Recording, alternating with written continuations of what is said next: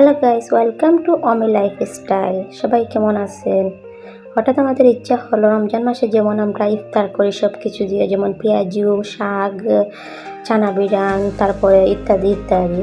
তো আমরা সব কিছু রেডি করলাম, যেমন আমি এখানে সব কিছু রেডি করে রেখেছি, কেটে কুটে ক্লিন করে। জাস্ট এখন করব শুধু। এই তো এখন আমি খিচুড়িটা বসিয়ে দিয়েছি। আমরা রমজান মাসে চানা দিয়ে খিচুড়ি করতে খুবই ভালোবাসি সিলেট অঞ্চলের মানুষরা। এই তো আমার খিচুড়িটা অলমোস্ট হয়ে গেছে।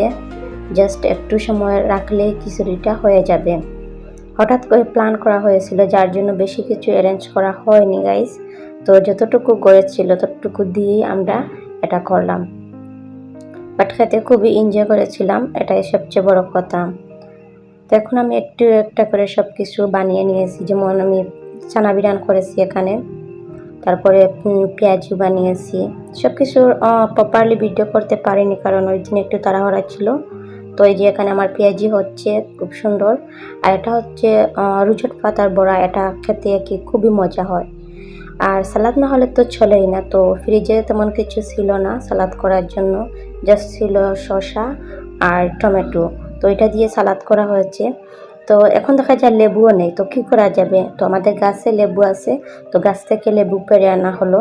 তো এই যে দেখেন আমাদের সব কিছু হয়ে গেছে, সব কিছু হওয়া ডান। এখন আমরা টেবিলে সব কিছু রেখে দিয়েছি, খাবার জন্য সব কিছু প্রিপেয়ার। এই যে একটা এটা করে, বাট খেতে অসম্ভব মজা হয়েছিল। এদিন আমরা খুব বেশি এনজয় করে খেয়েছিলাম। আর ইফতার তো সবাই আমরা পছন্দ করি খেতে, ভাজাভুজি সবেরও ভালো লাগে। So guys, thank you.